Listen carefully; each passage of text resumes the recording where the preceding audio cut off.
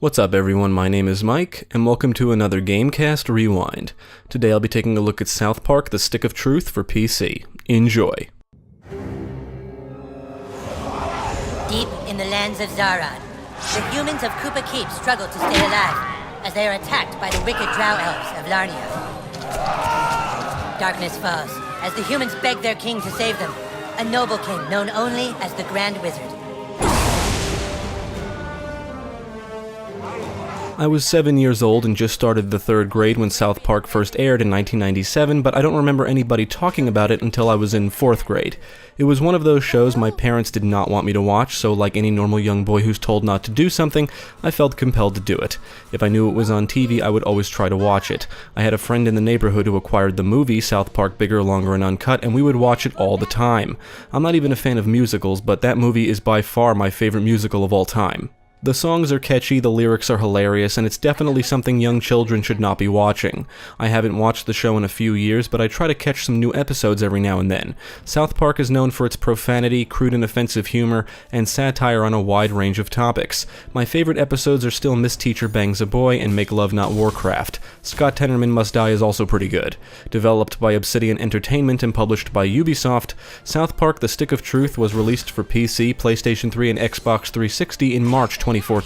From what I've researched, Trey Parker and Matt Stone, the creators of South Park, are fans of the role-playing genre and wanted to create a South Park RPG and insisted that the game must replicate the show's visual style. So let's take a look at South Park: The Stick of Truth and see how well the show translates into a role-playing video game. Before jumping into the gameplay, you must create your character by choosing a skin tone, hairstyle, outfit, makeup, and eyewear.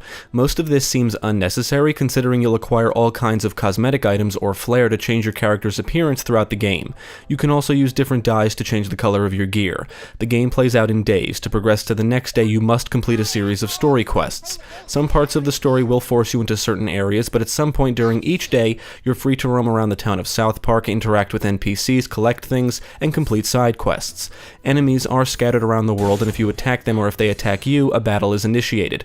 Whoever attacks first gets to go first when the battle starts. But besides enemies are all kinds of friends you can make and secrets to uncover. Gaining access to some areas of the world may require something as simple as a key, but other areas will require special abilities. You can fart on fires to cause explosions which can destroy objects blocking your path. You can use the alien probe in your asshole to communicate with alien devices in the world, or in other words, you can teleport. And you can snort gnome dust to shrink and enlarge yourself. One of my favorite moves is the sneaky squeaker, which is actually a fart that you can control and detonate at will. It can be used to lure enemies to certain areas. You can equip yourself with a melee and ranged weapon, and these can be used outside of combat to stun enemies, making them more vulnerable if you decide to battle them. You can shoot objects in the environment and utilize the environment to knock out or kill nearby enemies. If you really look around, sometimes you can use the environment to knock out all of the enemies in an area, basically allowing you to skip battles entirely.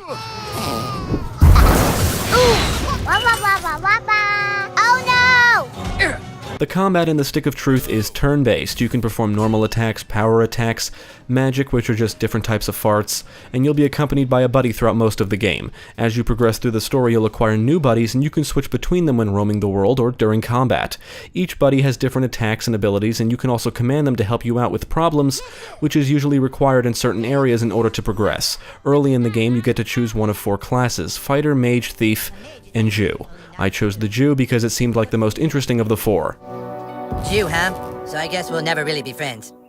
When in battle, before you attack, you have the option to use an item first, which can also be given to your buddy. These include things like health potions, mana potions, which restore your mana, and power potions, which restore your power points. Characters have abilities which are like special attacks, and when you use these, they drain power points. You can use potions that grant positive status effects, like an increase to your attack power.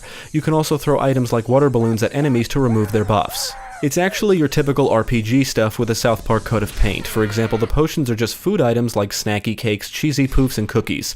After all, these are just kids playing around, so everything is make-believe. Now let's see how you like sitting through a whole presentation on global warming! The combat is interesting because while it's turn-based, it's not just as simple as choosing your attack and watching the action. When you attack or block, you need to watch for visual cues. You need to press a button when the visual cue appears for the action to be effective. This does cross over into quick-time event territory, but for the most part there are no surprises. Blocking will reduce the amount of damage taken, but not all of it, and if your buddy goes down, you can always use a revive potion to bring them back. If you manage to complete side quests for specific NPCs, you'll unlock the ability to summon them during combat to vanquish your foes, with the exception of bosses. These can be really helpful if you end up in a difficult situation, but you can only summon these characters once a day. I would say the game is pretty accessible, and as long as you remember to upgrade your equipment every now and then, you shouldn't have too much trouble getting through the story. There's 3 difficulty modes: casual, normal, and hardcore. I played through it on normal, and while some battles were tough, nothing felt impossible. It's not the kind of RPG that requires a lot of strategic thinking. Furthermore, your health and power points are automatically restored after every battle.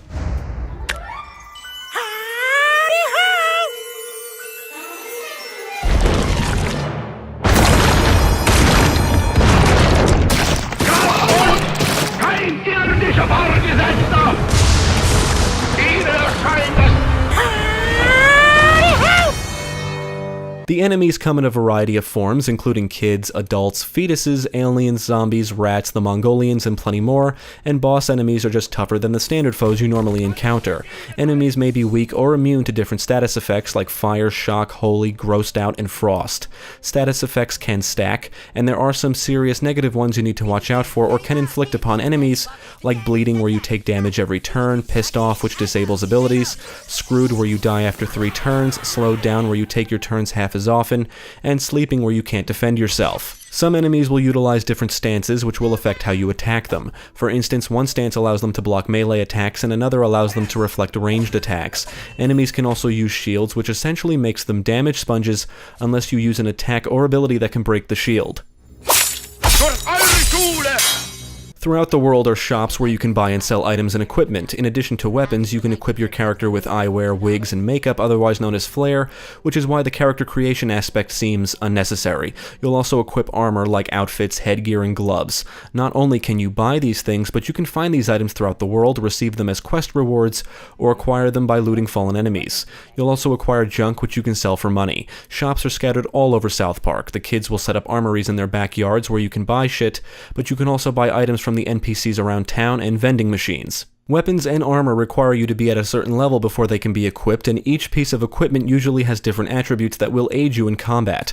For instance, a piece of gear may regenerate a certain amount of HP each turn, gain a certain amount of power points when you deal a ranged attack, add fire, frost, or gross out damage on a perfect attack, and things like that. You can add bonus effects to your gear through the use of weapon strap-ons and equipment patches. These can be applied to the open slots on your gear, and they can be removed at any time. All of the gear is more or less everyday items, but because the kids are playing a game, all of the gear has fancy names which resemble something silly, something from the show, or something you would see in the fantasy genre.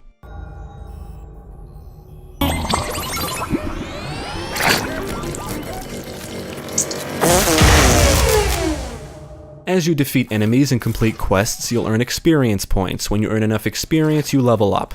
Leveling up also means you unlock an ability point, which can be spent to upgrade one of your abilities. Now you'll want to explore the world for quests, items, collectibles, and to acquire new friends on Facebook. Yes, Facebook.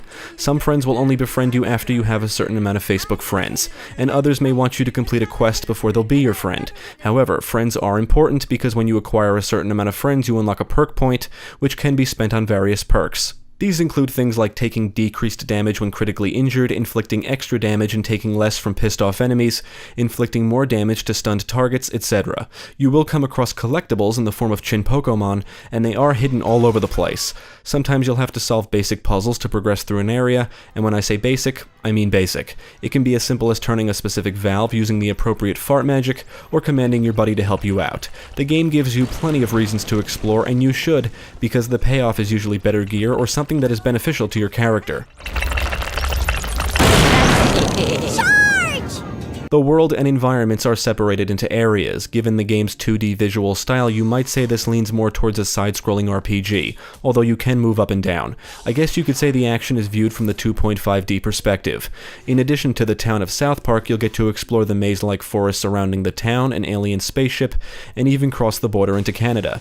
Exploring the world is in your best interest, and it's also a way to acquire new side quests. While the side quests can be humorous, that's all they really are. That, and completing them usually rewards you with something good, but the reality is a lot of them are like fetch quests. Luckily, the location of quest objectives are marked on your map. Let's see how you like dealing with me! Throughout South Park are fast travel flags, and you can use these to fast travel around town. Fast traveling can be useful if you want to avoid the enemies scattered around the world. If you're an avid fan of the show, you'll probably appreciate the fact that you can visit many of the iconic locations seen in the show. The kids' houses, Tom's Rhinoplasty, Tweak Bros Coffee, South Park Elementary, the police station, and plenty more. And you'll want to explore each of them for all kinds of goodies. Exploring and interacting with the environment is a great way to acquire new items, flair, and gear. You can open doors, drawers, lockers, containers, or simply break things. Even if you don't need what you find, you can sell it for money, so almost everything you acquire is useful in some way. Because parts of the world are inaccessible until you acquire the appropriate abilities, there's always an incentive to return to previously explored areas. New kid, I hereby dub thee Sir Douchebag. Congratulations. The story is set in the fictional town of South Park, Colorado. You play as the silent protagonist, simply referred to as the New Kid. Him and his parents recently moved to South Park, and he quickly becomes friends with the neighborhood kids. The kids are playing a game and are split up into factions, the humans led by Cartman, and the elves led by Kyle. The factions are battling for the sacred stick of truth. In typical South Park fashion, shit gets crazy, and the kids end up in a plot involving aliens, green goo, and Nazi zombies. If you've seen the show, the writing and dialogue are exactly what you would expect. The story is hilarious, and the writers don't hold back in terms of what they poke fun at. Best of all, the voice acting is spot on. The game is basically a perfect representation of the show. As expected, Matt Stone, Trey Parker, and April Stewart voice most of the characters. It's not hard to notice how the game was influenced by Skyrim and Lord of the Rings. In fact, I think many aspects were borrowed from the 2002 South Park episode, The Return of the Fellowship of the Ring to the Two Towers. We'll see if you're a real doctor. Give her an abortion. Do it! One of the greatest things about this game is its visual presentation. Matt and Trey wanted the game to reflect the show's visual style, and the developers nailed it with flying colors. Now, the show is animated using Maya, however, I read that Obsidian produced the game's assets and animations in Adobe Flash. Honestly, the game feels like an episode of the show in video game form. This means the game retains the show's unique 2D style, which is based on cutout animation. On the audio side, I think the music is phenomenal. When exploring the world and during some battles, you'll get to listen to these catchy and sometimes dramatic, intense fantasy-sounding tunes. The sound effects are pretty good too. You'll hear the typical clashes and clangs during combat, and satisfying slashes and hits when you make contact with your weapons. And the farts sound as silly as you would expect. As for the technical aspects, the game ran smooth throughout my entire playthrough. The only bug I encountered was characters blinking and disappearing during cutscenes, but this only occurred once towards the end of the game. Whenever you enter a building, the game has to load, which kind of gets annoying, but luckily the load times are brief. I did find it easier to play this game with a controller, especially because you cannot change the PC controls in-game.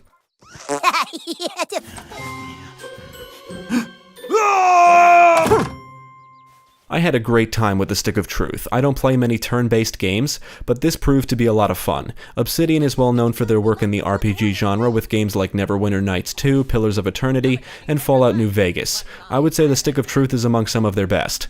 And while the Stick of Truth has some depth to it, it is very accessible to those not well versed in RPGs or at least turn-based games.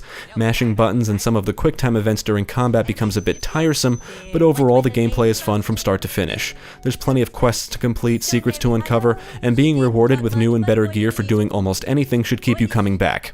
You can't do that, Claude. You're lost in time and space. No, I'm not. Yeah, you are, asshole. Army of Darkness, defend the fortress. Ultimately, I would absolutely recommend South Park: The Stick of Truth to fans of the show and RPGs. Even if you don't play many RPGs or turn-based games, I would still say give this a shot. It's not super challenging, and it offers a comedic ride all the way to the end.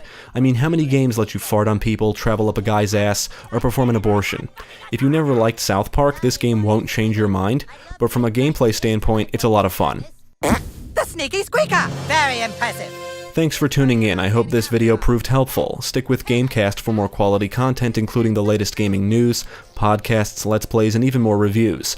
Be sure to check out my channel, Gaming Pastime, for new game reviews released every week. My name is Mike, and I thank you for watching.